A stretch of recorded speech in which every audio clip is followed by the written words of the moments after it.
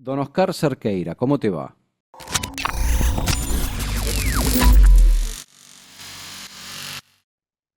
¿Qué tal? Buenas tardes, Jochi. Mucho gusto. Gracias por haberte comunicado por este medio. El placer, es un placer acá tenerte en el canal. Y bueno, vamos a adentrarnos dentro del mundo de lo que son las cámaras hiperbáricas.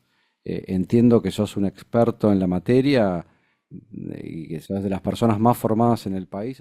Tengo muchos años de ejercicio médico profesional, casi 42, y en el área médico hiperbárica que tengo desarrollo eh, específicamente en esta actividad ya hace más de 30 años.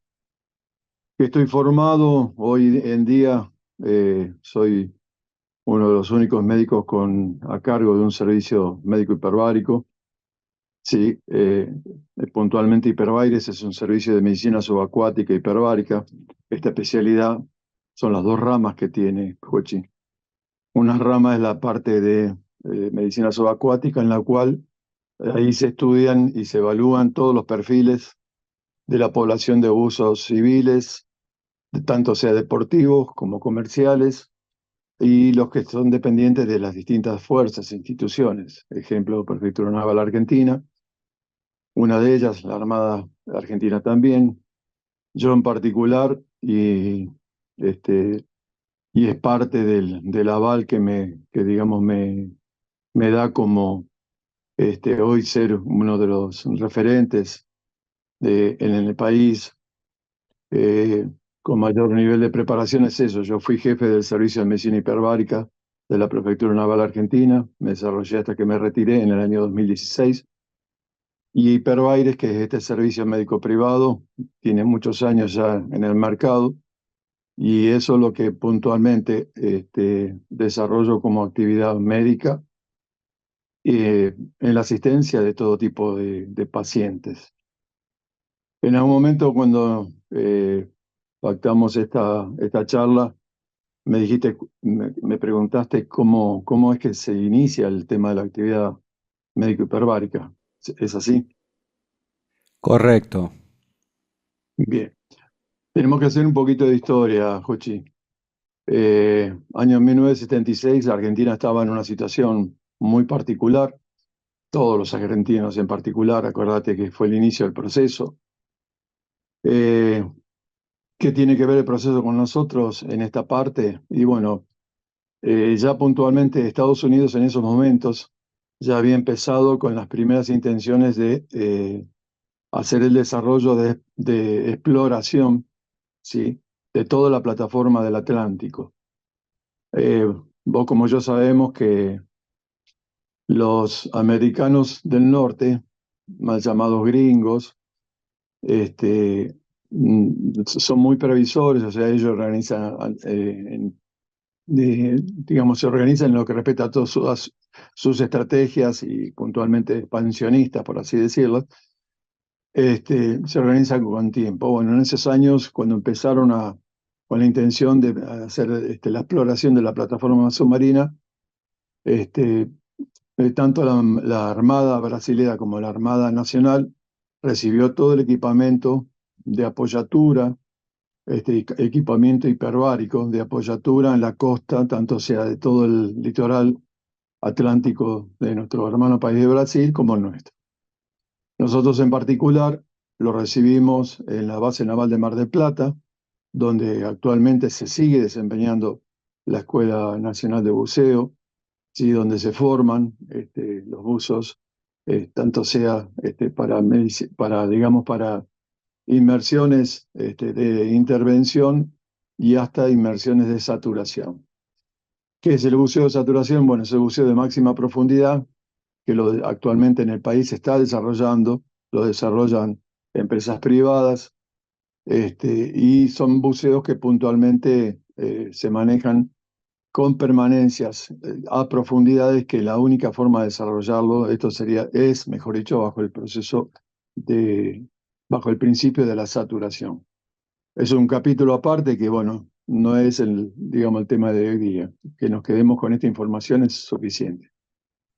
Bien, a partir de ese año yo inicié mis estudios en el 77, en el 83 ya había finalizado y ya tenía la intención de desarrollarme en el área específicamente hiperbárica. Yo ya era buzo, ya digamos, de inicio fui muchos años y gracias a que pude desarrollar la actividad con la que me permitió bancarme todos los estudios como médico. Fui guardavida de la Cruz Roja Argentina, desarrollé actividades hasta el año 90 y gracias a este ingreso y a este desarrollo de esta actividad desde el año 77 al 90 inclusive, bueno, con eso tenía la condición de médico, seguía con las dos profesiones y yo intenté en el año 83 ver la posibilidad de formación en el país. La formación en el país en el área específicamente hiperbárica en esos momentos estaba a cargo de la Armada Argentina. Yo no tenía otra posibilidad que no sea asimilarme a la institución sin tener la seguridad de poder desarrollar la actividad, porque una vez que ingresas a la Armada te destina acorde a las necesidades operativas que la misma tenga. Bueno, yo ya siendo médico en esos momentos no tenía la seguridad de que me formase en el área, por consiguiente, lamentablemente, el ofrecimiento que tuve por parte de la Armada de asimilarme, pero con un contrato de exclusividad de los primeros 4 años, no lo quise hacer y bueno, fue por eso que busqué otras opciones. Eh, Del 83 al 90 desarrollé actividades específicamente en el área de emergentología y bueno, a partir de ese año del 90 busqué opciones específicamente en lo que quería hacer, que era esto. Tal es así que bueno, buscando y participando en relación a tanto sea en la institución como a nivel privado, pude buscar una formación médico-académica en la Universidad de Barcelona, de donde soy egresado. Ahí hice en conjunto, en esos momentos, con un amigo personal y un profesional que hoy lamentablemente no está en actividad, es un profesional civil. En conjunto desarrollamos la actividad médico-hiperbárica en relación a la universidad, primero con un posgrado, a posteriori después con una maestría. Y en el momento que me asimilé por invitación de la Prefectura Naval Argentina, me asimilé a la institución, ahí ya con la especialidad ya terminada pude desarrollar todos los años de actividad. La actividad médico-hiperbárica no está ajena a la actividad médico-subacuática. O sea, un médico hiperbárico que se diga como tal, si no tiene capacitación médico subacuática, puede cometer muchos errores en lo que respecta a tanto sea a perfilar, este, digamos, posibles tratamientos desde el punto de vista hiperbárico. Yo sé, Cochi, en esto acompañame, vos también me dijiste en algún momento que querías hablar un poquitito en relación a las indicaciones.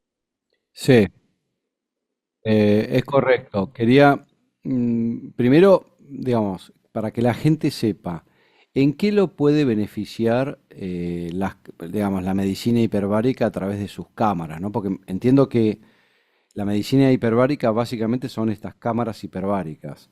Entonces, Bien, ahí es muy buena tu pregunta, Jochi, muy buena tu pregunta y está muy bien que la aclaremos.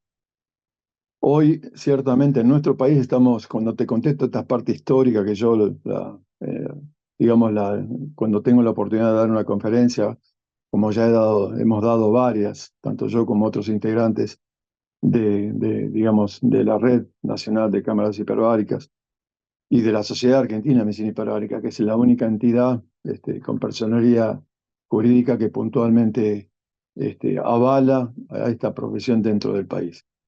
Eh, los médicos hiperbáricos tenemos que tener una formación médico-académica que lamentablemente en nuestro país, al día de la fecha y bajo muchos intentos por parte de nuestra sociedad científica, médico-científica, no se ha logrado de que las universidades privadas o estatales dicten esta profesión. Fíjate qué ironía, ¿no? Yo soy médico hiperbárico, pero el Ministerio de Salud de la Nación no tiene el programa asimilado, y por consiguiente el Ministerio de Educación de la Nación tampoco tiene, digamos, los parámetros de un programa de estudio como para poder formar en las universidades más médicos hiperbáricos. Existen en las distintas especialidades, existen distintos capítulos que uno después en la condición de médico en su posgrado, o también a veces en la parte de pregrado, ya empieza a tener formación.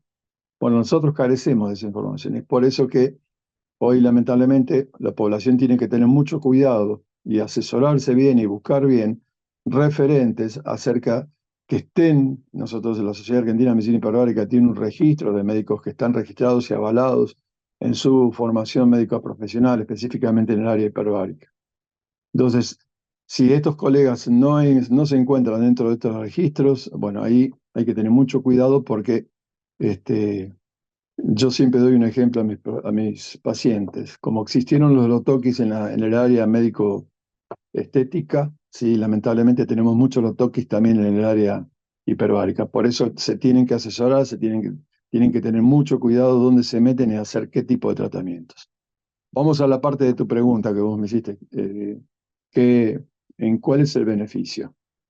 Mira, un tratamiento hiperbárico bien aplicado, sí, el beneficio que se tiene es voy a utilizar términos que si no son claros para vos, decímelo y puntualmente buscamos la forma de que se entiendan claramente.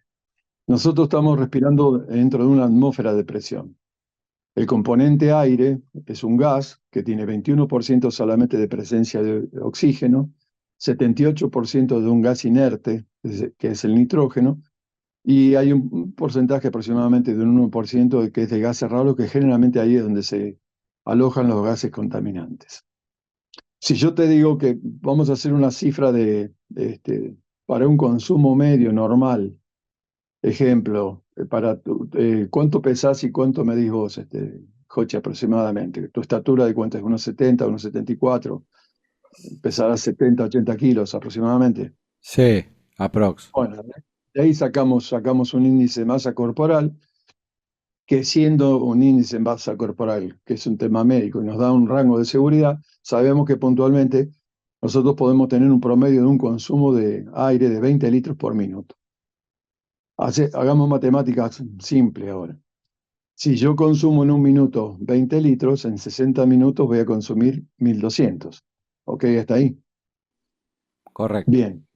Si 1200 litros, que es el volumen de un gas, este gas aire, que es el que yo respiro, es lo que asimilo, el 21% de ese gas, de esa masa gaseosa que yo asimilo, es lo que es el oxígeno, que es la dosis vital que nosotros puntualmente recibimos en una hora, y lo estamos recibiendo ahora, tanto vos como yo, que estamos compartiendo este diálogo.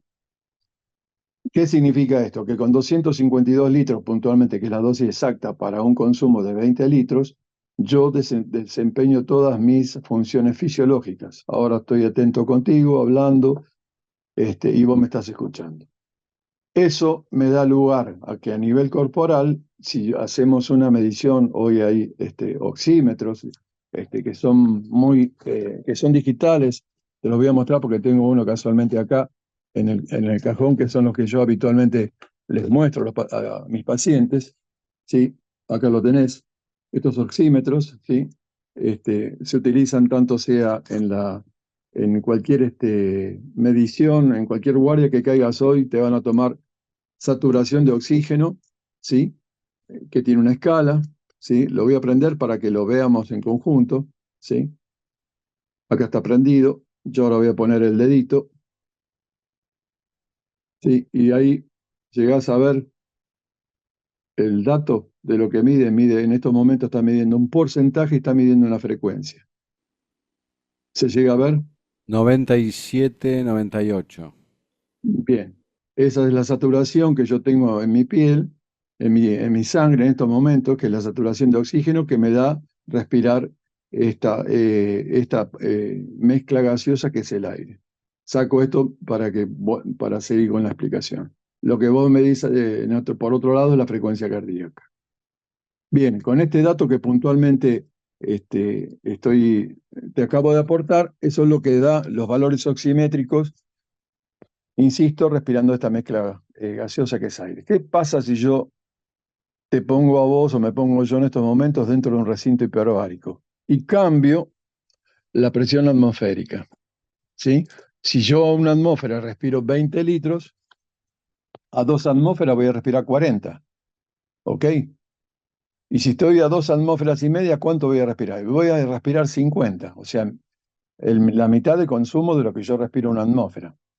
Esto es lo que nosotros simulamos dentro de los recintos que llamamos cámaras hiperbáricas, una presión atmosférica distinta a la que estamos actualmente, habitualmente, y donde vivimos. Pero ¿qué pasa dentro de ese recinto? ¿Qué es lo que yo hago? Si yo tengo que tratar a un paciente acorde a la patología que tenga, ¿sí? Tengo que tratarlo en base a un protocolo muy específico, que eso lo sabemos nosotros, los médicos hiperbáricos. Los protocolos están dados por valores estadísticos. ¿Qué es un valor estadístico? Y si yo sé que puntualmente trabajando a cierta profundidad durante cierto tiempo que administro oxígeno en forma pura, oxígeno 100% medicinal, ¿sí? En ciertos intervalos de ahí va a salir un protocolo de tratamiento para distintas patologías. Bueno, esto es lo que se hace en la cámara hiperbárica. Se simula una presión ambiental distinta a la que tenemos acá, a superficie, digamos, o a nivel cero, ¿sí? Y de esa manera, aumentando la presión atmosférica, cambiamos el gas, ponemos para respirar por un circuito independiente de oxígeno medicinal puro al 100% certificado. ¿Por qué soy tan claro y tan específico de trabajar?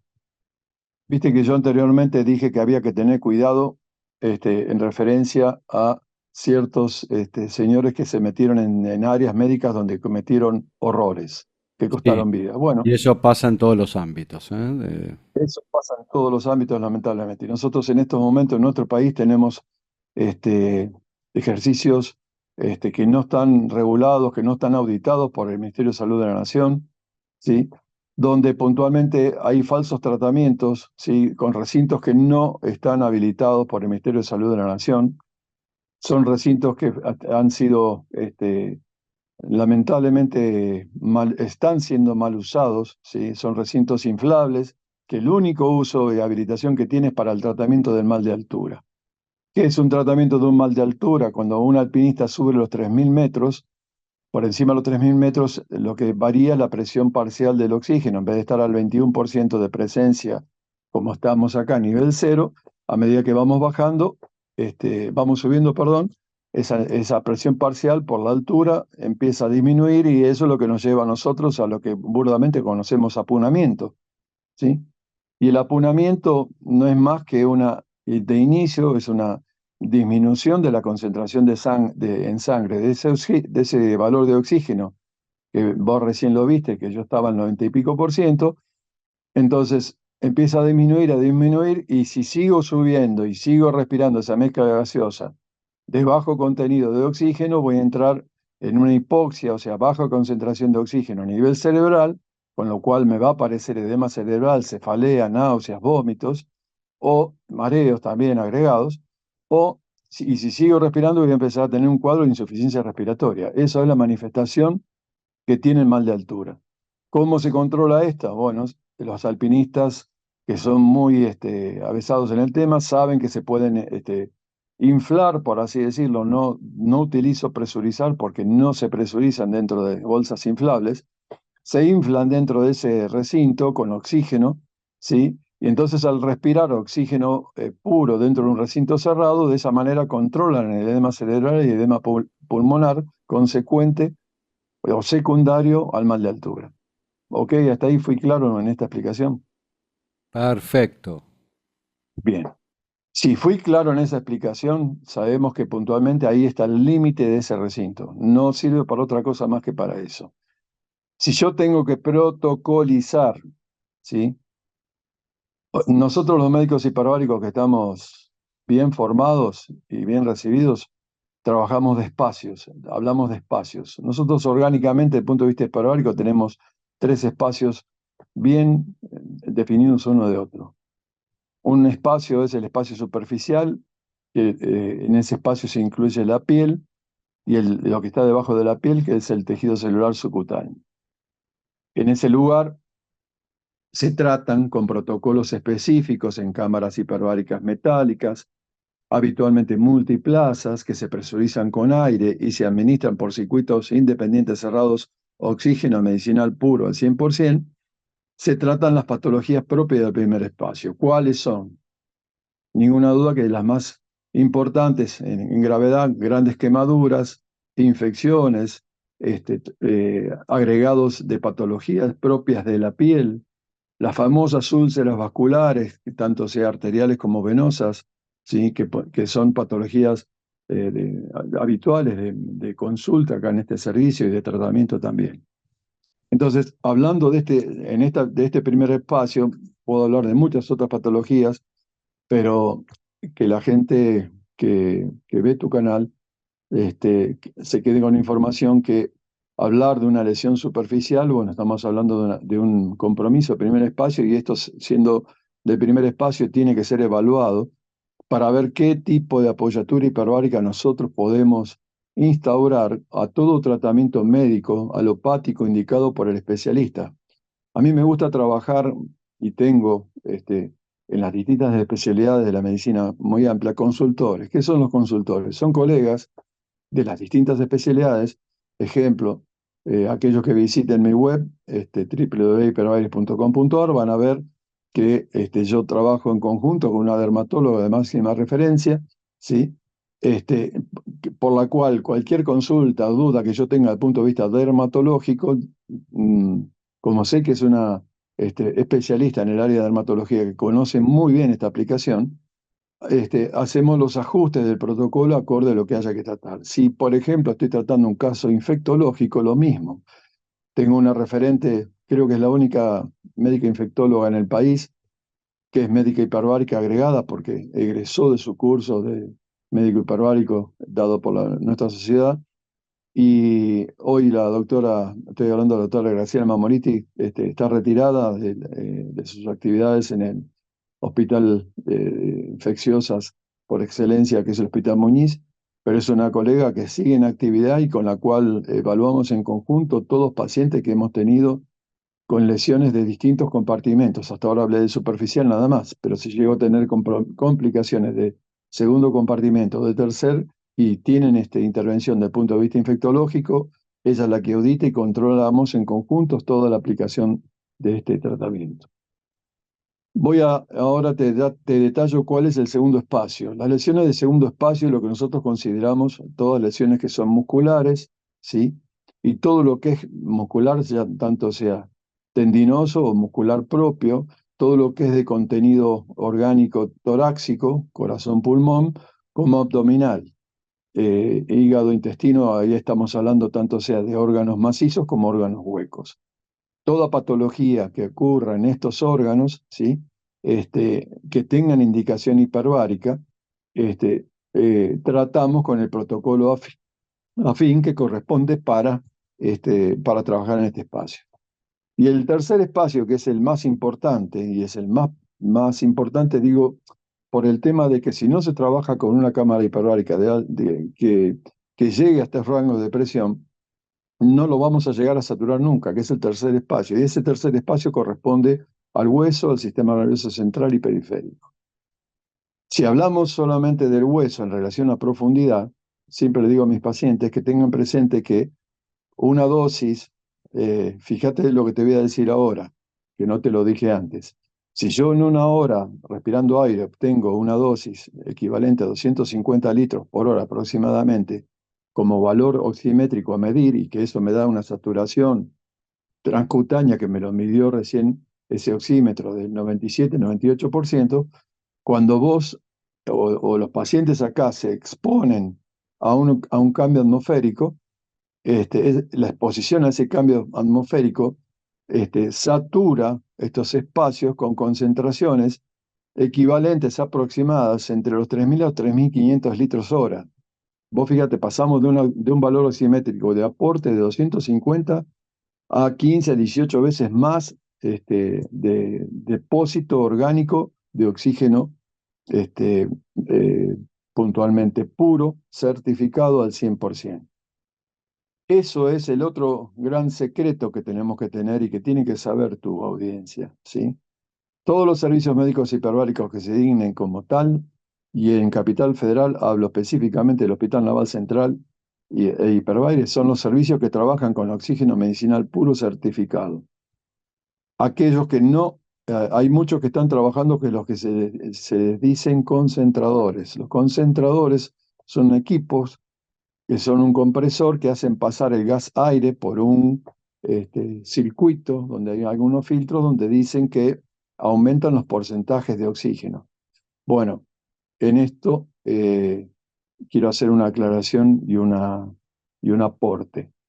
Lo que estoy diciendo es así y lo puedo, digamos, demostrar, justificar y certificar en la instancia que sea. ¿Por qué hago esta aclaración, Jochi? Porque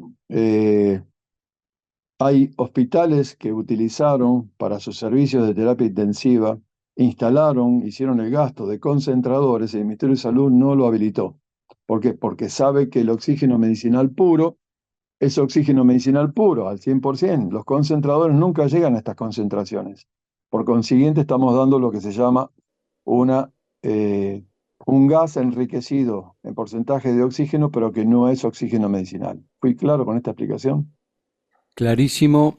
Y antes de seguir con las patologías, yo te quería preguntar, a modo histórico, ¿no?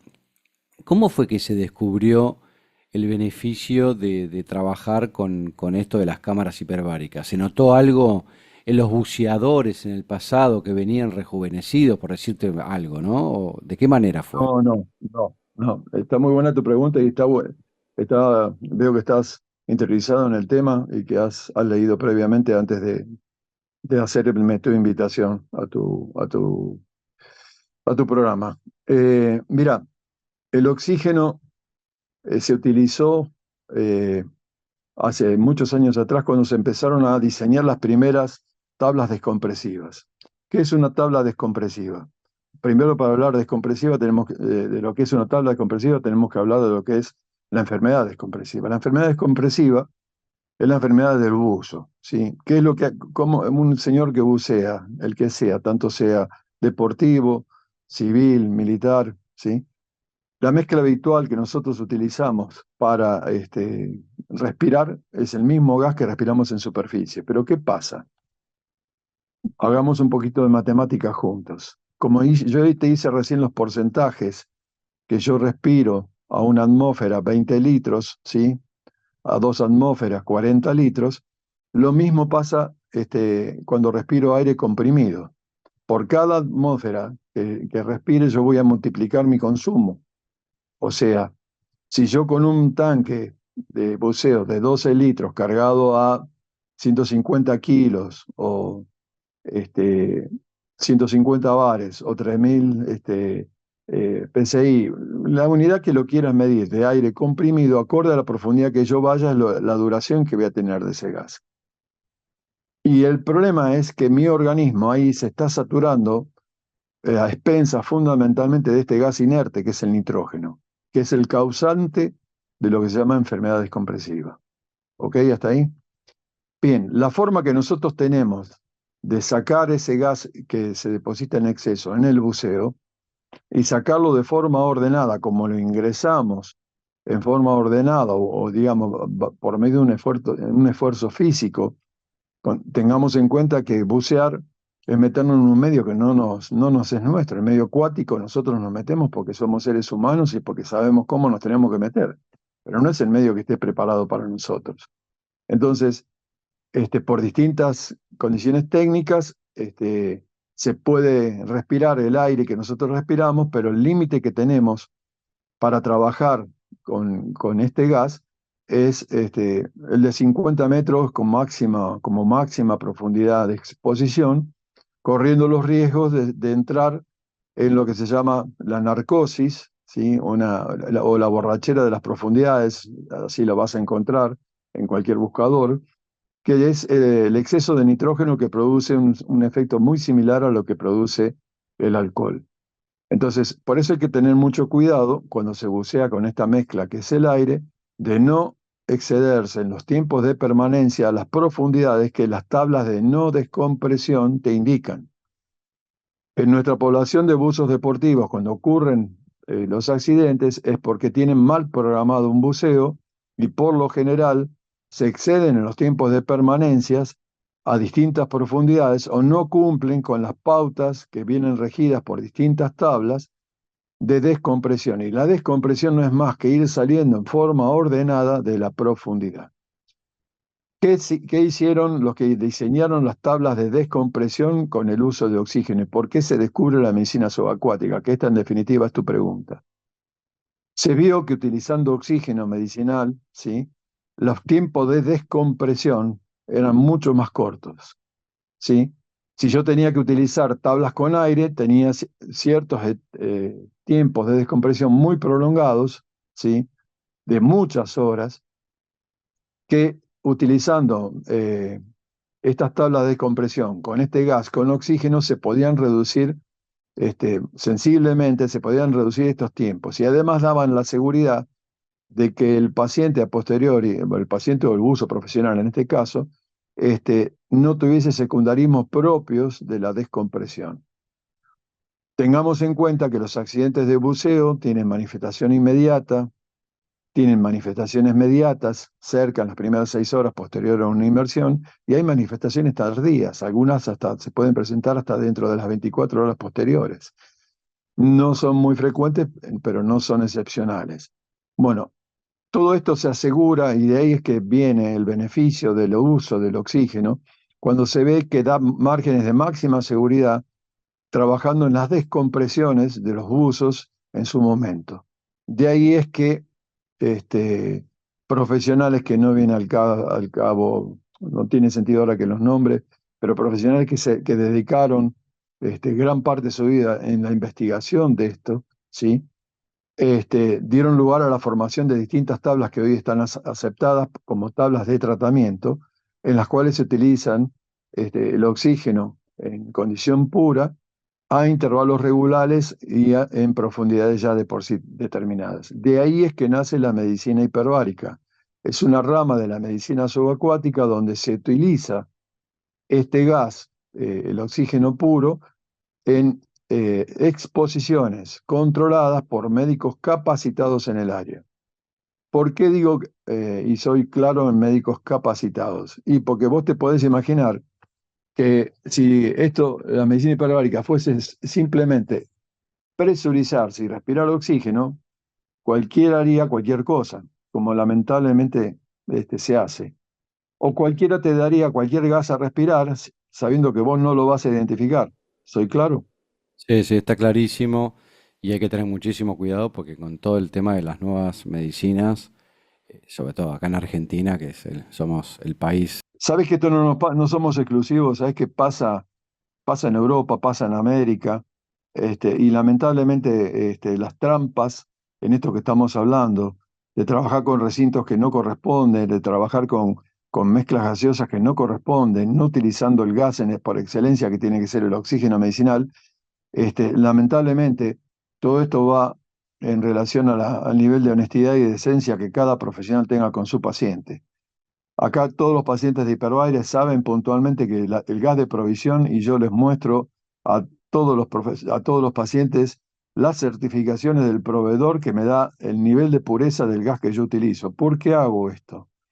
Porque como toda práctica médica yo tengo responsabilidades y tengo responsabilidades civiles también, ¿sí? Y yo tengo que saber del momento que estoy utilizando un fármaco qué nivel de pureza tiene ese fármaco. ¿Se entiende? Todo acto médico, que en una sesión de cámara hiperbárica no deja de ser un acto médico, ¿sí?, tiene que estar certificado que uno está trabajando desde el punto de vista de honestidad con el elemento que corresponde, que es el equipamiento, y con el fármaco o con el gas que corresponde, que es el oxígeno medicinal puro al 100%. Ok, te voy a tirar un dato de color. Vos sabés que hay algunos estudios que muestran que en la antigüedad, en las famosas pirámides egipcias, dentro de ellas hay unas recámaras abajo que se ha descubierto que de alguna manera eso fue el comienzo de las cámaras hiperbáricas, porque hacían ese efecto cuando uno se introducía ahí. Estos son ciertos estudios, digamos, hay que avalarlos, ¿no? Pero me pareció interesante escucharlo porque... Si disculpa que te interrumpa. Sí, Lo que vos decís es cierto, pero el problema con las cuales se encontraron como, a ver, la medicina hiperbárica también tiene mártires. Cuando hablamos de mártires, hablamos de profesionales que en distintas áreas, yo lástima que no te lo puedo aportar ahora como trabajo en la parte de historia, pero Haldane fue un científico que puntualmente fue víctima puntualmente por haberse presurizado por una permanencia que no correspondía, ¿sí? En un recinto que él mismo había diseñado, tuvo inconvenientes por haber padecido lo que se llama la enfermedad por descompresión. Y si vamos más antiguamente, si vamos a la historia, a Grecia, existían las primeras campanas. Mira, vos que seguramente estás revisando actualmente todo tipo de información que te puede proveer la web, herramienta maravillosa de trabajo que tenemos hoy.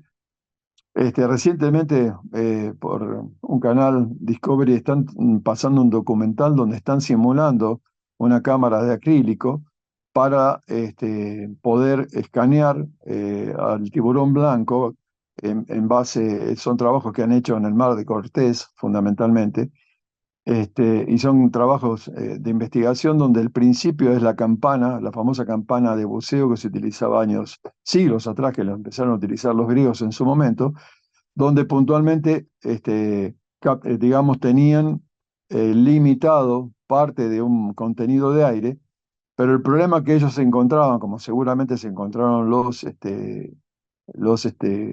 egipcios en su momento, y también se encontró este científico, es que esas mezclas no renovadas producen exceso de concentración del gas que nosotros exhalamos, que es el dióxido de carbono. Y el dióxido de carbono llega a un momento que en altas concentraciones es un gas tóxico, porque nos produce taquipnea, que es un aumento de la frecuencia cardíaca, y entonces en un circuito de gas vicioso, donde tenés exceso de dióxido de carbono, entrando en taquipnea, estás exhalando más dióxido, estás formando más dióxido, estás bajando el nivel de oxígeno, y esa taquipnea te lleva al desmayo y bueno, a la consecuente este, posibilidad de mortandad en caso de que no pueda llegar a ser evacuado. Eso es seguramente lo que pasó con los egipcios, eso seguramente lo que pasó con más de una víctima, es seguramente lo que pasó con muchos de los que en su momento no entendían que digamos, o no sabían lo que hemos llegado a avanzar, la raza humana ha llegado a avanzar en conocimientos acerca de que las mezclas que nosotros utilicemos como gas respirable tienen que ser renovadas permanentemente para que que se mantengan, mejor dicho, las presiones parciales de los distintos gases, que en el caso nuestro del oxígeno es 21% en el aire, 78% de nitrógeno y el 1% que te dije de gases agregados que pueden ser contaminantes. Buenísimo. Volviendo a las patologías. A ver, procesos oncológicos, enfermedades, trabaja, o sea, ¿hay resultados con esto? Contame un poquito de los resultados que has obtenido. Mira, en esto quiero ser muy cauto, que te decía que hay que ser muy cauto, muy cuidadoso, porque todo paciente, y en esto quiero ser muy claro y muy objetivo, uno de los principales problemas que tenemos los médicos hiperbáricos, que somos mal catalogados como una medicina de alternativa. Y a mí generalmente el paciente que me llega es el paciente o que está desahuciado o el paciente que ya toda la medicina alopática ya hizo todo lo que tenía para hacer y no hay nada para hacer. Yo tengo muchos casos y te puedo contar cientos de anécdotas de casos de distinto tipo, pero que nos llevaría una semana. En resumen, lo que te quiero decir es que si bien hay protocolos que están reconocidos a nivel internacional, hay muchos ensayos terapéuticos con muy buenos resultados. Y te voy a hablar de una patología en común y que esto seguramente parte de tu auditorio lo va a tomar este, como, no como un referente, porque si no lo va a tomar como un dato. Eh, Patologías, por ejemplo, como la fibromialgia, una patología muy invalidante, este, que yo vengo tratando hace muchísimos años. Pero te cuento algo. En el año 2014, la Sociedad Israelí de Medicina Hiperbárica trajo acá al país, al último congreso mundial que hubo en nuestro país, trajo el protocolo israelí, que es un protocolo que está en vigencia, ¿sí? en el cual con una exposición, digamos, con un protocolo de exposición de 40 sesiones de cámara hiperbárica, este mismo protocolo hablaba de una remisión del 85 al 95% de los pacientes que ellos estudiaron. ¿Qué estoy diciendo con esto? Para que sea un poquito más claro. 8,5 hasta 9,5 de cada 10 pacientes fibromiálgicos remitían absolutamente toda su manifestación fibromiálgica, y la medicación que a fin se le daba para esta patología que tiene un origen muy discutido, pero que hoy sabemos que responde en gran parte a una condición de un trastorno neurometabólico. Y puntualmente yo en mi haber hoy tengo 39 pacientes tratados con el protocolo israelí, de una población total desde que se inició a la fecha tengo 39 pacientes tratados, 36 son mujeres, solamente hay 3 hombres, ¿sí? A todos se les aplicó el protocolo el israelí y todos remitieron, ¿sí? No tengo hasta el momento ningún informe de recaídas y te estoy hablando del año de aplicación, del inicio de aplicación en el año 2015 y de la última aplicación, digamos, hecho, el último protocolo hecho ha sido post pandemia, hará no más de un año y medio atrás. Hasta el momento no tengo conocimiento de los pacientes que en su momento fueron tratados que hayan tenido recaídas. Y las recaídas, a todos les fue informado de que cualquier mínimo síntoma, que no dejaran que se cronificaran los síntomas, que avisaran con mayor anticipación, porque dentro de este mismo protocolo, ¿sí? Que fue estudiado en 2 poblaciones de 900 pacientes cada uno cuando la Sociedad Israelí lo presentó, y la Sociedad Israelí tuvo la picardía de sacarlo de su país y meterlo en 2 universidades médicas de Estados Unidos sin avisarle ni a una ni a la otra que investigaran, que sacaran su conclusión de la efectividad o no de este protocolo. Resulta ser que las 2 universidades dieron como resultado que el protocolo sí efectivamente era eficiente y que puntualmente el trabajo estaba bien realizado y por consiguiente dieron la convalidación. Lo único que había que hacer era el ajuste de este protocolo, había que hacer el ajuste de cómo ajustar la aplicación acorde a qué cámara se iba a utilizar, ¿sí? Existen cámaras con distintos rangos de trabajo de presión, ¿sí? Siempre descartando las cámaras inflables, ¿no? Las bolsas inflables, me refiero que no son cámaras. Quiero hacer hincapié en esto. Y siempre también rescatando que este protocolo se tiene que aplicar entre una cámara hiperbárica metálica, mono, multiplaza, pero con utilización de oxígeno medicinal puro al 100%. De esa manera, el protocolo es sumamente efectivo. Buenísimo. ¿Qué pasa con los procesos oncológicos? Bien. Eh, en esto hay que ser muy prudente, porque hoy existe la medicina eh, puntualmente paliativa, ¿sí? Eh, Dentro del rango de honestidad, lógico que un profesional tiene que tener y ética, a todo paciente oncológico que me viene a buscar a mí la opción mágica del tratamiento hiperbárico, el paciente tiene que saber que el tratamiento hiperbárico puede ser sumamente efectivo en las distintas etapas del tratamiento oncológico, pero nadie puede creer o pensar que este es un tratamiento curativo de por sí. ¿Qué quiero decir con esto? Eh, Pacientes oncológicos a futuro podemos ser todos, y somos todos, ¿sí? Porque las atipías, o sea, las variaciones dentro de las células orgánicas, se pueden desarrollar en forma permanente, mientras que nosotros tengamos un sistema inmune alerta, un sistema inmune efectivo. Si por alguna razón, condición, estamos inmunodeprimidos, tenemos más posibilidades de poder desarrollar algún tipo de enfermedad de tipo oncológica.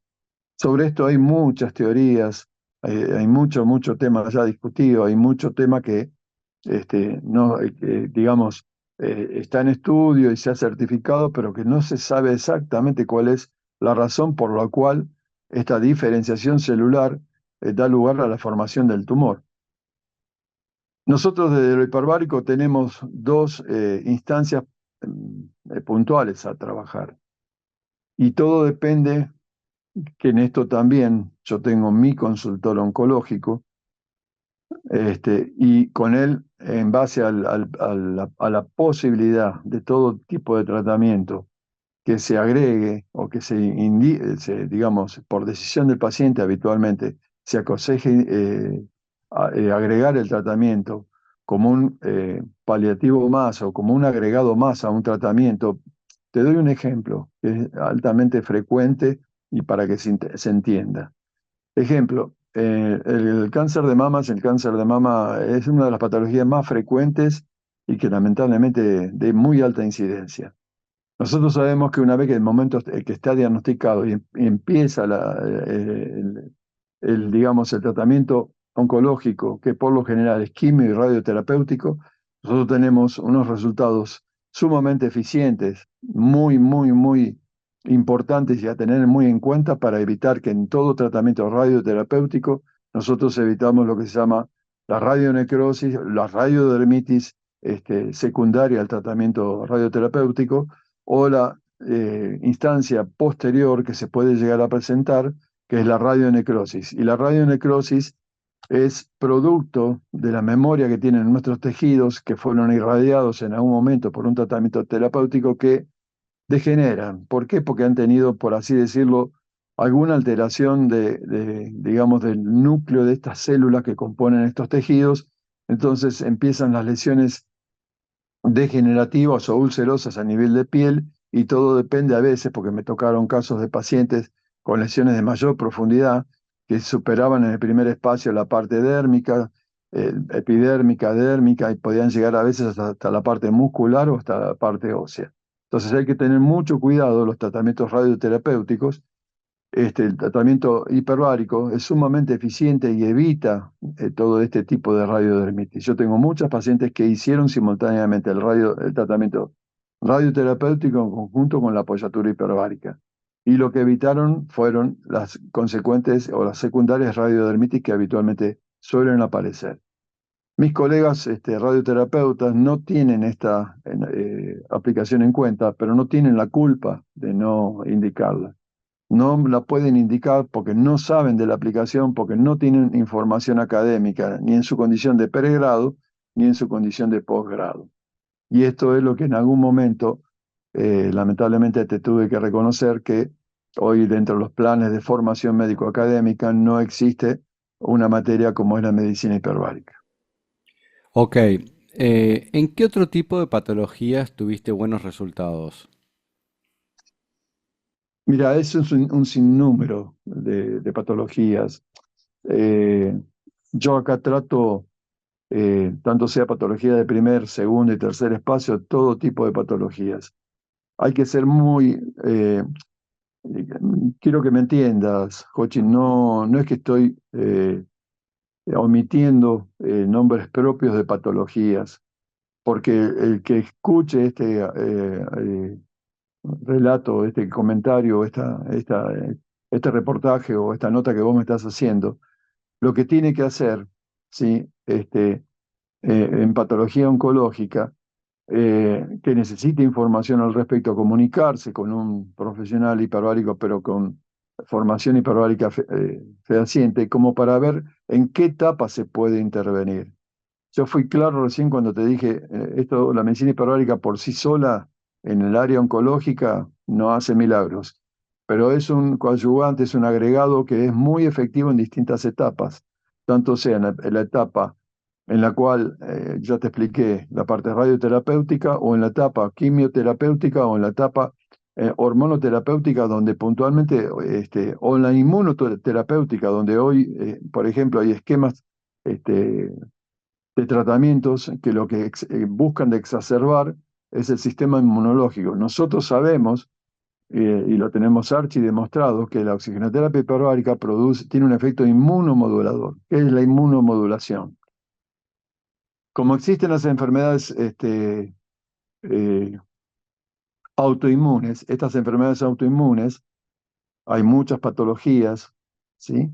Desde la fiebre reumática, artritis reumatoidea, el lupus, y distintas, solamente por dar algunos títulos nada más. Siempre quiero ser muy cuidadoso en las entidades que nombro. Cuando hay una enfermedad autoinmune, se sabe que hay una exacerbación de la respuesta inmune. Entonces, la forma que nosotros tenemos de frenar o de modular ese exceso, ¿sí? de defensa que está teniendo nuestro sistema inmune es producto con la aplicación de un protocolo que lo que hace es bajar el nivel digamos, de inmunidad exacerbada. Lo pone a un nivel de inmunidad normal.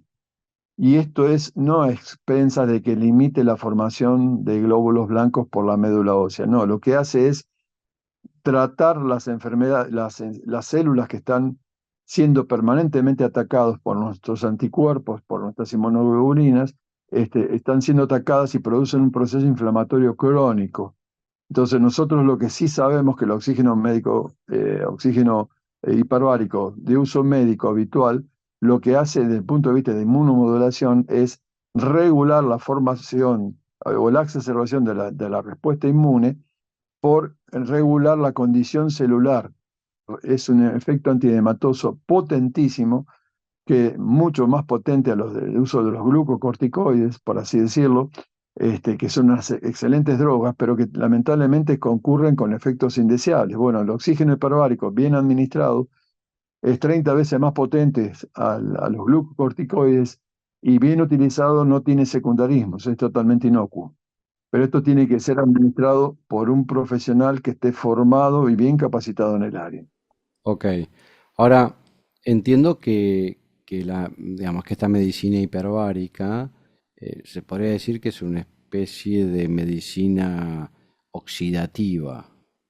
Si así, No, no. no, no. No, no.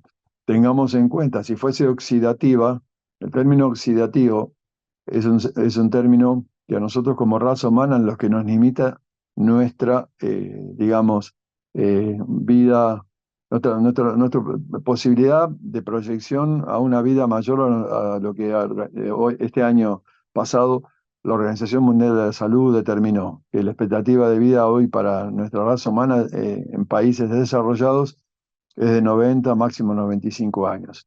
Bueno, esa es la expectativa de vida digamos, todos tenemos como número y está en relación a la mezcla gaseosa que respiramos, ¿sí?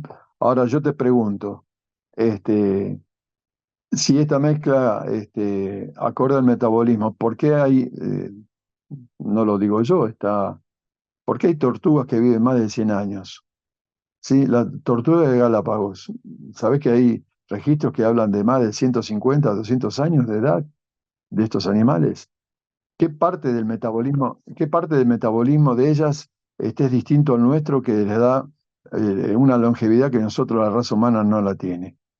Lo que sí nosotros sabemos en relación que se produce, a ver, es un tema muy complejo y que en el cual quiero ser cauto porque de mi boca no va a salir una palabra que no sea clara y explicativa y que no tenga un límite preciso, porque esto está destinado a gente que puntualmente no maneja esto.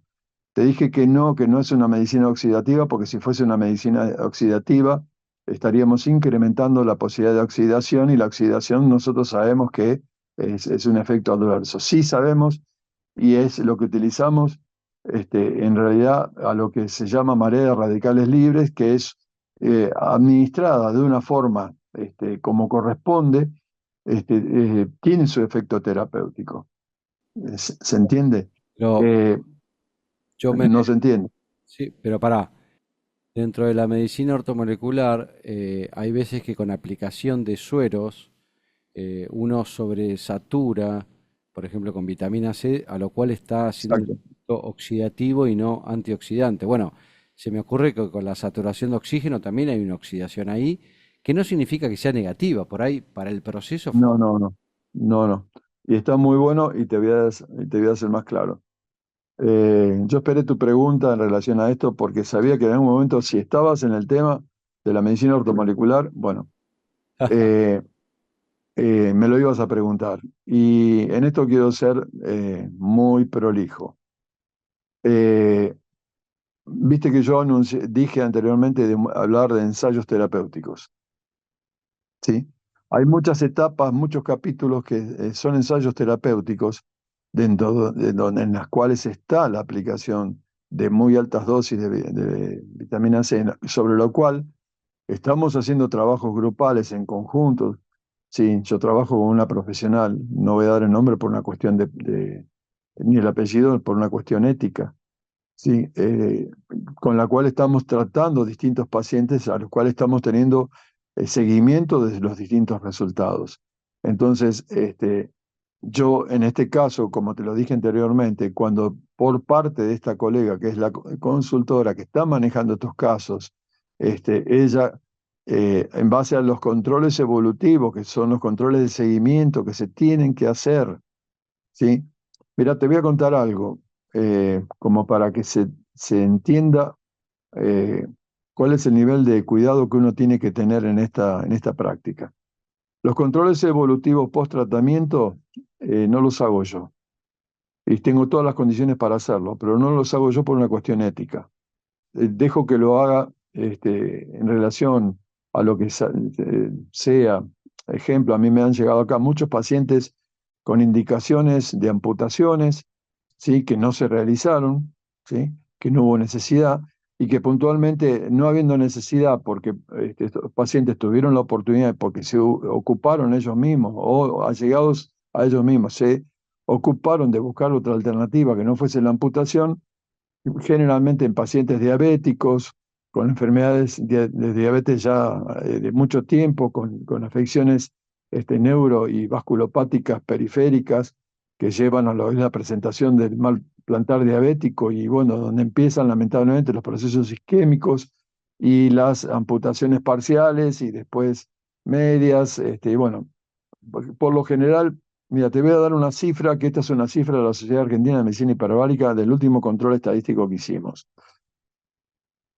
Asusta, es un dato que asusta, pero está en relación a lo que estamos hablando ahora. ¿Vos me crees si yo te digo que en la ciudad de Buenos Aires un trabajo de estadística se llegó a sacar que todos los servicios médicos hospitalarios de los distintos hospitales, solamente de la ciudad, sanatorios, clínicas, se estiman había un cálculo en esos momentos que se estimaban aproximadamente que había un promedio de 150 amputaciones diarias? Si eso multiplicaba 150 por 30 días, ¿sí? O si quieres multiplicarlo por 20, dejemos los fines de semana. Eh, este, Estás formando 300 pacientes por mes, ¿sí? Discapacitados por mes. Perdón, no 300, 3.000 pacientes discapacitados por mes.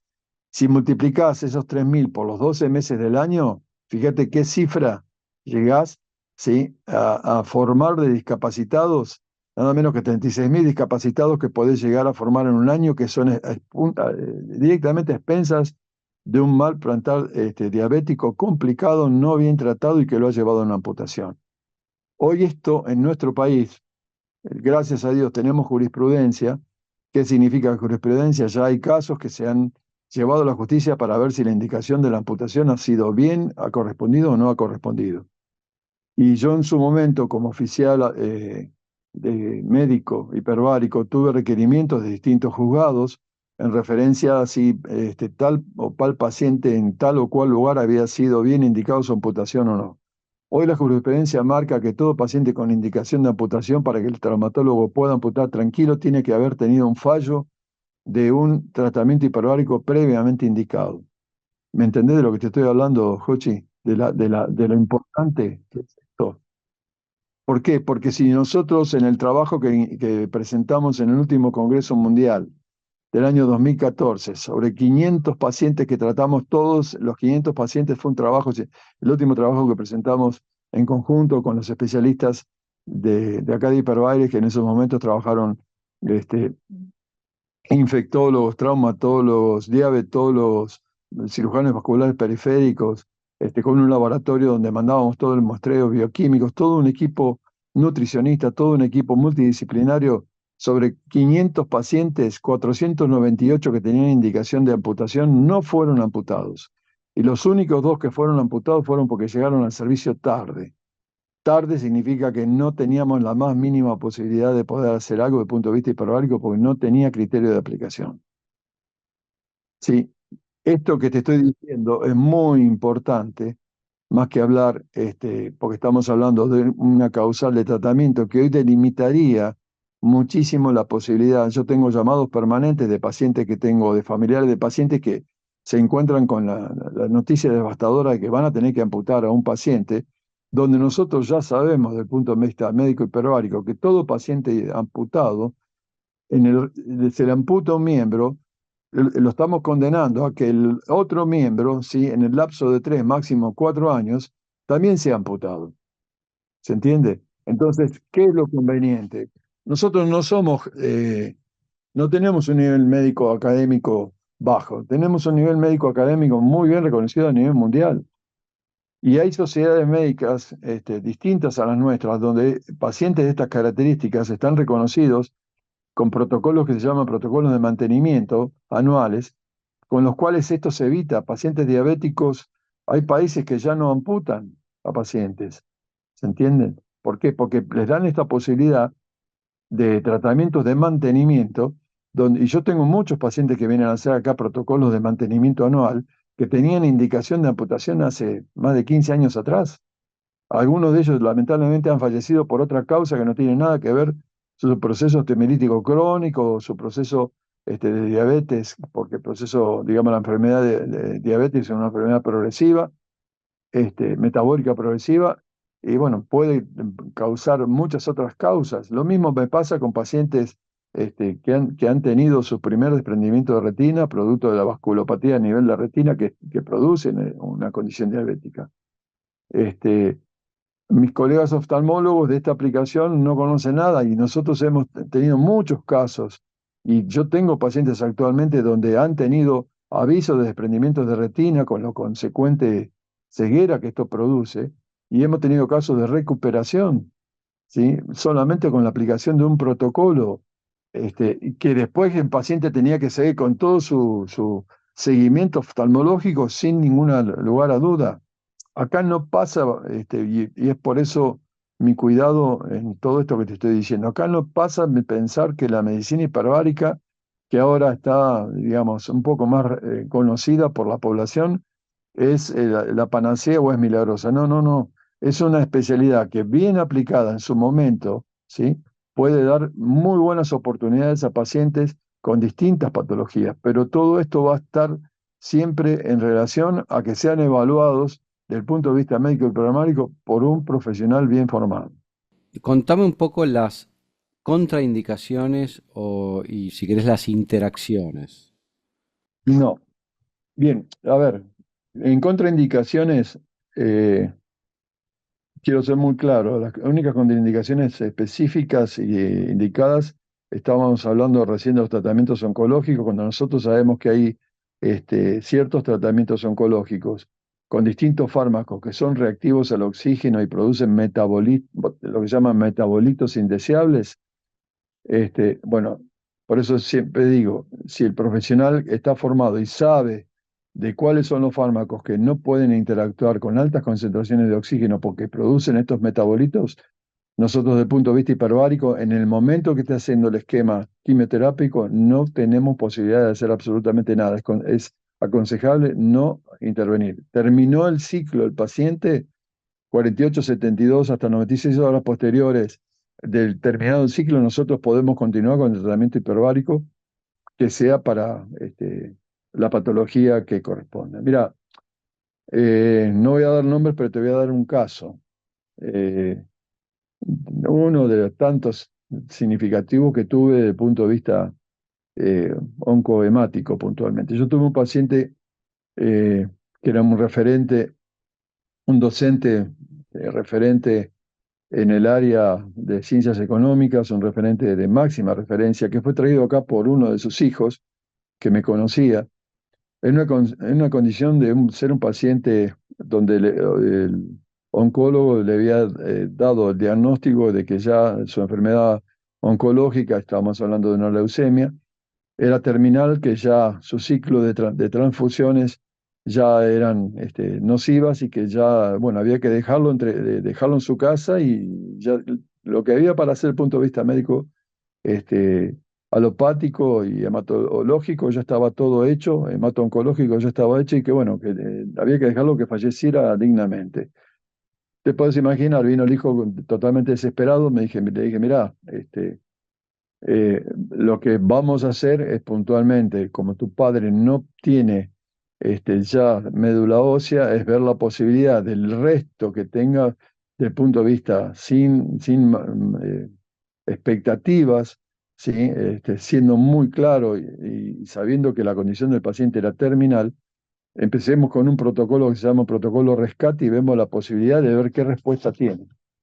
Para ser sintético, porque ya llevo mucho tiempo hablando en relación a distintos temas, este paciente tenía una sobrevida del momento que vino del máximo 30 a 45 días. Vivió 3 años y medio y se murió de una causa que no tenía nada que ver con su proceso leucémico. Se murió a expensas de un absceso de una aplicación que fue mal dada, lamentablemente, y murió por una septicemia, por un fallo multiorgánico. El hemato-oncólogo que lo trató y que lo estaba tratando, ¿sí? Que le seguía haciendo los controles evolutivos a medida que el protocolo se iba desarrollando, no podía entender cómo podía haber sido cierto que se hubiese revertido su condición, y en esos momentos sin la aplicación de las altas dosis de vitamina C que hablaste en su momento en relación a lo que se aplica desde el punto de vista ortomolecular. En esos momentos este paciente no tuvo esa posibilidad, pero si vos me hablás, si tuve 2 casos, máximo, no recuerdo, pero el tercer caso tenía una condición de leucemia sumado a un tumor agregado este, lingual, o sea, un tumor de lengua que fue realmente muy, muy agresivo, pero que también, gracias a Dios, a tiempo pudimos sacar adelante. Y ese tumor es de una colega médica pediatra, que bueno, es una paciente que tuvimos acá hace unos años atrás. Pero, insisto, Jochi, lo que te dije en primera instancia, trabajando en una forma ordenada, honesta, sincera, formando parte de un equipo multidisciplinario, se pueden hacer muchas cosas. Esto en otros países, por ejemplo, donde yo me formé en la Universidad de Barcelona, médico hiperbárico tiene un escalón más en todo un esquema de tratamiento.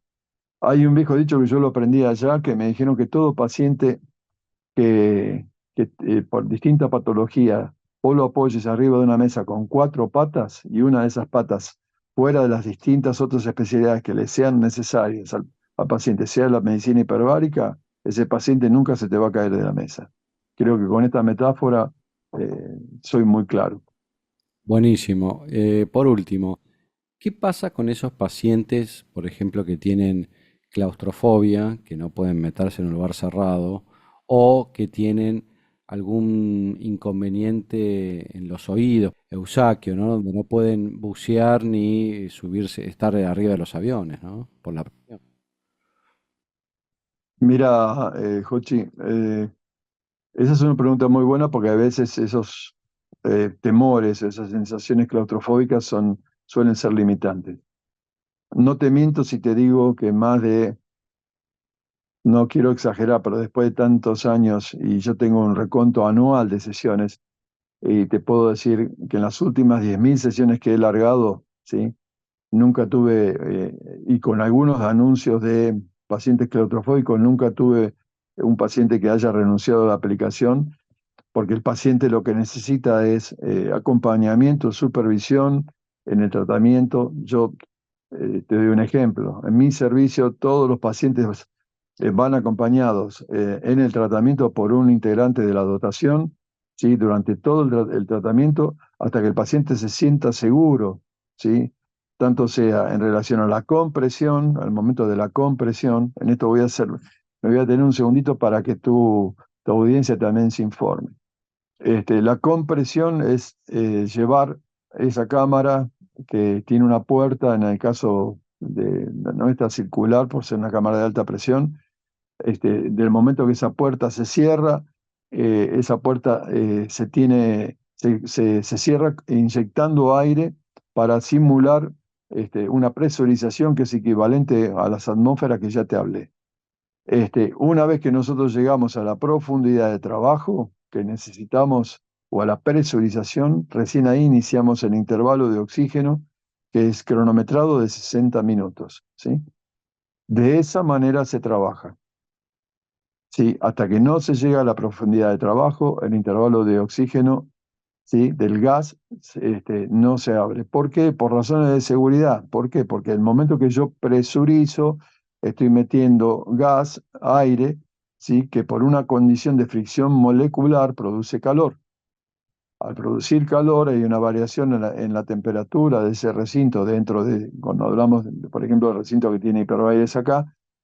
Si es un recinto de 6.500 litros, vos imaginate que yo para llevarlo de una atmósfera a dos le tengo que haber inyectado 6.500 litros para llegar a una atmósfera más, y si lo tengo que trabajar a más de una atmósfera, ¿sí?, le tengo que agregar el saldo que me falta de aire para poder llegar a esa presión de trabajo que necesito para que el paciente inicie el intervalo.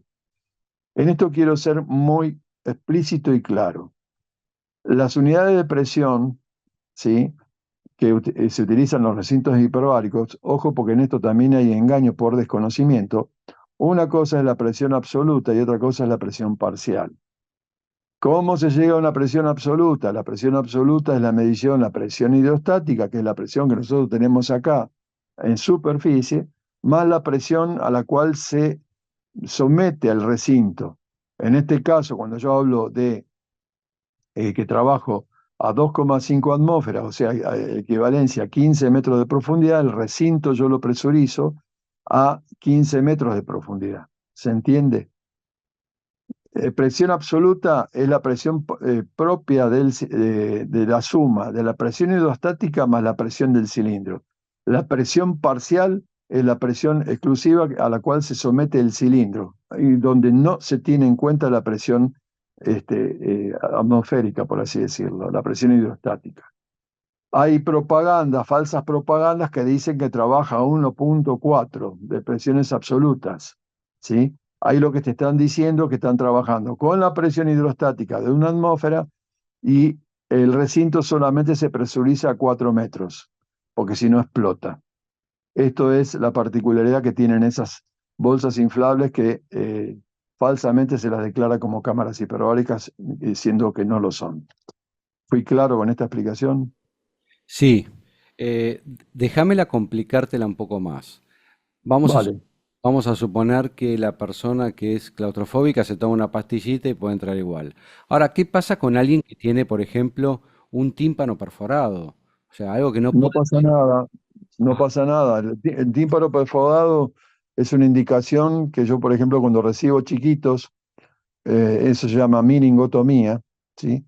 Hay chiquitos bebés que han sido intoxicados por monóxido de carbono. El monóxido de carbono tiene indicación de tratamiento hiperbárico, y muchas veces yo tengo diferencias con mis colegas pediatras cuando les pido que me lo miringotomicen al bebé o al chiquito antes de presurizarlo. Me dicen, ¿cómo vamos a miringotomizar? ¿Cómo le vamos a perforar al chico? Sí, doctora, es necesario que lo miringotomice, que le perfore, que es una perforación que lo hace con un toque anestésico, lo hace en control, y al chico yo lo tengo, si lo tengo que tratar, porque se ha tratado como pasa muchas veces, ten en cuenta esto, Pochi, las intoxicaciones por monóxido de carbono son domiciliares, son accidentales y generalmente son grupales, o sea, toca a toda la familia, desde chicos hasta adultos. Entonces, cuando te viene un chico que no, con pérdida de conocimiento, si es un bebé, ¿sí?, que está en etapa de amamantamiento, ¿sí? Por lógica, el bebé entra con su mamá al tratamiento, con su papá, con su hermanito, y para evitar el barotrauma, o sea, el traumatismo por acción de la presión, es necesario miringotomizarlo. Si no se lo miringotomiza, ¿sí?, al paciente se lo instruye de cuál es la manera de evitar de que los oídos, una vez que se tapan, empiecen a doler. Vos el ejemplo que me diste con el tema del avión es muy común, ¿sí? Vos viste que la tripulación Esto lo tiro como dato para que todo tu auditorio lo sepa. Un avión antes de decolar se presuriza en una equivalencia en profundidad aproximada entre 9, 7, 11 metros, depende a la altura crucero que este avión tenga. ¿Cómo se presuriza ese avión? Del momento que nosotros nos subimos al avión, el avión cierra las puertas, viene la tripulación, nos hacen toda la instrucción en el caso de una presurización, cómo bajan las mascarillas, cómo las tenemos que poner. Ya para eso, el comandante, fuera de estar poniendo la aeronave en la cabecera de pista para el despegue, va presurizando, puso en funciones los compresores, va inyectando aire, ahí es donde a nosotros se nos tapan los oídos, y lo que busca es presurizar la aeronave para que en altura no baje la presión parcial del oxígeno, que tiene que ser siempre del 21%. Entonces, de esa manera, si nosotros crucemos el Atlántico o vayamos al norte de nuestro país, al tiempo de exposición vamos a subir al avión y vamos a bajar exactamente igual porque seguimos estando a una atmósfera de presión. ¿Se entiende? No va a haber acumulación de nitrógeno excesiva ni nada por el estilo. Bueno, volviendo al tema del oído, ¿sí? La meningotomía o la perforación timpánica no es ningún impedimento para el tratamiento hiperbárico, ¿sí? Distinto es, ¿sí? Si vos me decís un paciente con una otitis hizo una perforación, hay riesgo, bueno, ese paciente con la perforación otológica, ¿sí? Por producto de una infección es conveniente en esos momentos quizás no presurizarlo, a no ser que sea una condición de urgencia, donde sí lo podemos presurizar igual, porque tenemos todo un mecanismo de tratamiento médico alopático sumamente efectivo que el otorrinolaringólogo con sumo criterio sabe tratar y sabe que esa perforación, yo he tenido, por ejemplo, muchas perforaciones traumáticas en buzos profesionales que han sido o por un descenso rápido o por un trabajo que han tenido que hacer que los llevó a tener una caída rápida en profundidad y no tuvieron, por el mecanismo de respiración, no tuvieron tiempo de compensar el oído o de acomodarlo, como normalmente se dice, en tiempo y forma, y han sufrido un barotrauma con perforación timpánica. Bueno, eso si pasa, en 15 días está solucionado y no hay ningún tipo de problemas para que el paciente después pueda seguir siendo presurizado. Lo que sí te digo, pacientes que necesiten tratamiento hiperbárico y estén con un cuadro catarral, congestivo de aéreas superiores, ¿sí? Es conveniente manejarlo con mucho cuidado y ahí el médico hiperbárico tiene que estar, como te dije anteriormente, informado de la condición del paciente, porque si el paciente está congestionado, con una condición congestiva, va a tener un aclaramiento del oído o un acomodamiento del oído que no va a ser tan, digamos, cómoda como sería en una condición sin congestión. Y volviendo como último a la parte de lo que vos me dijiste del paciente claustrofóbico, el paciente claustrofóbico acompañado y en el caso que necesite, que eso lo decido yo con el paciente, una mínima dosis de un ansiolítico de muy baja dosis por vía sublingual, la claustrofobia se controla y una vez que el miedo pasa, después de la primera sesión que viste que la cámara no se hundió ni tampoco voló, sino que puntualmente era una fantasía propia del paciente, ¿sí? Y acompañado, contenido, el paciente puede desarrollar tranquilamente su tratamiento sin ningún tipo de problema. Yo no he tenido, hasta el momento, en tantos años que tengo, no he tenido rechazo de tratamiento de pacientes por esta causa. En el consultorio tienen grupo electrógeno, por ejemplo, para cuando hacen los procesos y que no haya un corte de luz y que digamos, que haya algún deterioro en la presión, en la presurización. Se ve que me, me produce gracias a tu pregunta porque se ve que te informaste muy bien. Mira, un centro médico hiperbárico que se diga como de tal tiene que tener en su reserva la equivalencia 1,5 veces del volumen de aire reservado, ¿sí? Que se necesita para un tratamiento. ¿Qué significa esto? Vamos a números. Yo tengo un recinto de 6.000 litros. Yo en la cámara de reserva, en los pulmones, que son cámaras de volumen, que tengo tres, ¿sí? Yo tengo 2 presurizaciones y media de reserva para cada tratamiento. Si sufro un corte de luz, como lo he sufrido muchas veces, y yo la energía que utilizo es una energía trifásica, por consiguiente, no puedo poner un generador trifásico sin superar el índice de insonoridad que necesito de decibeles, ¿sí? Esto es una cuestión de ruido, de contaminación ambiental por ruido, a no ser que, bueno, que haya lugares que esto, te soy honesto, yo en Argentina conozco solamente dos lugares que tienen sus centros digamos, de soporte eléctrico, sus generadores, pero que directamente hacen el soporte de todo el servicio médico hospitalario. No, un servicio médico hiperbárico como tal, que tenga una reserva de aire 2 veces y media en relación al volumen que va a utilizar, es suficiente para que puntualmente se pueda operar. En el caso, como me ha pasado, no una, muchísimas veces se corten la luz, te cortan la luz, bien, se ponen las luces de emergencia que el sistema de por sí tiene, se termina la sesión, el paciente, el circuito de oxígeno es totalmente independiente y como toda la parte eléctrica del circuito es de 12 volts, yo automáticamente lo tengo todo esto solventado, por así decirlo, la comunicación, todo demás lo tengo solventado por una batería de carga permanente. Es lo mismo que en tu casa o en cualquier lugar se te corte la luz y vos tengas las luces de emergencia. Sabés que tenés un rango de tiempo donde vas a estar iluminado a expensas de la batería y el tiempo de duración de las baterías de esas luces de emergencia. Lo mismo pasa acá. Bueno, doctor Oscar Cerqueira, muchas gracias por esta magistral entrevista, información sobre todo el mundo de las hiperbáricas. Espero haber sido claro y que tu auditorio se informe y que todo el contenido de esto, para aquellos que lo necesitan, les sirva a los fines de informarse. Yo, ejemplo, acá en mi servicio es muy típico, lo hago siempre, este, y sé que es una diferencia con el resto de mis colegas. Yo las consultas informativas no las cobro. ¿Por qué? Porque el paciente necesita información acerca de los alcances de este tratamiento. ¿Sí? ¿Y por qué no las cobro? Porque eso es una escuela de formación europea. La información en Europa no se paga. Si vos necesitas información, no se paga. El profesional tiene que tener la condición ética y profesional de informar al paciente cuáles son los alcances y dónde es efectivo. Yo tengo acá permanentemente entrevistas de este tipo en pacientes que entiendo que pueden tener criterios de aplicación, ¿sí? Para los fines de explicarle cuáles son los alcances y si hay o no posibilidad de que el tratamiento esté bien indicado o no. Muchas gracias por todo y seguimos en contacto. Un gusto, Jochi, que tengas buenas tardes y bueno, buenas tardes a todo tu auditorio. Abrazo enorme. Igualmente, hasta luego.